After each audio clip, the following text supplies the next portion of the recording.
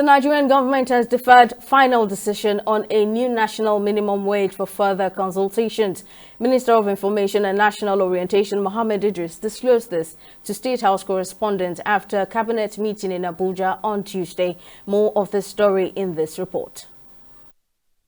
It is the first cabinet meeting held in the last 6 weeks in the wake of soaring inflation, an unresolved national minimum wage issue, and other socio-economic challenges.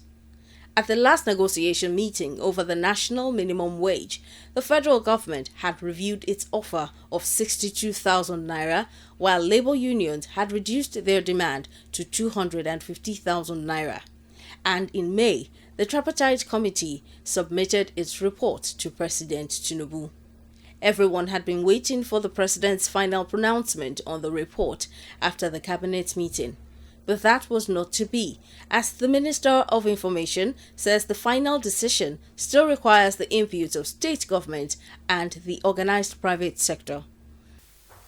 That memo was stepped down to enable Mr. President to consult further, especially with the state governors and the organized private sector, before he makes a presentation to the National Assembly, before an executive bill is presented to the National Assembly.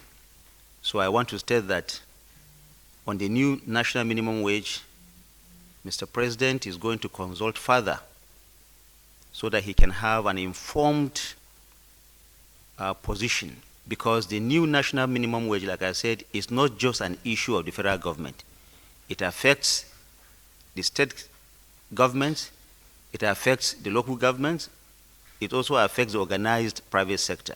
And that is why it is called national minimum wage. On the outbreak of cholera in the country, the Minister of Health, Ali Pate, says his ministry is working with state governments to contain the spread. He also disclosed the cabinet's approval for the rehabilitation and equipping of 6 teaching hospitals under a public-private partnership arrangement nationwide. 31 states have recorded almost 1,528 cases with 53 deaths in Nigeria. And that is something that we're working on through an emergency operations center that was activated by the NCDC yesterday. It is multi-sectoral, has technical partners, has other ministries of water, environment, Ministry of Health, other relevant partners, civil society, contributing in that effort to ensure that we manage this.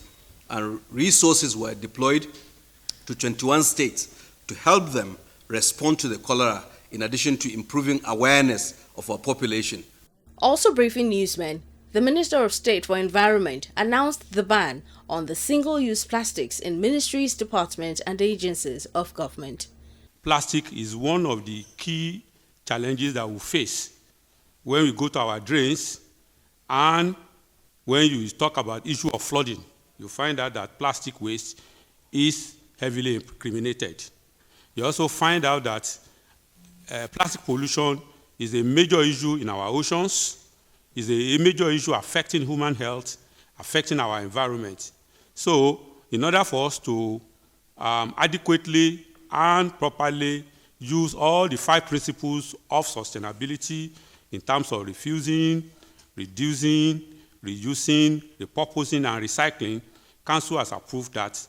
On infrastructure development, the Cabinet approved a total sum of 42.4 billion naira as cost of variation for 3 federal roads in the country.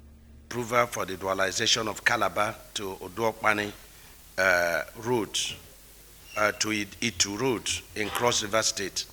It was changed from flexible pavement to rigid pavement, and also dualized with improved substructure engagement. So it's reviewed from 79.649 to 118.412. The council also approved 985 million naira for the purchase of body scanners for deployment at the Abuja and Lagos international airports. The procurement of 33 Meccano Maxus T60 motor vehicles to boost the operation of NDLEA. You will agree with me that it is important that we give support to the activities of NDLEA. So the council considered this and gave approval for the purchase of 33 Meccano vehicles, and they are all CNG compliant. The AGF further revealed the cabinet approved the procurement of 33 operational vehicles as well as arms, ammunition and anti-riot equipment for counter-narcotic operations of the National Drug Law Enforcement Agency at $1.442 million. Simisola Adigun, TV 360 News.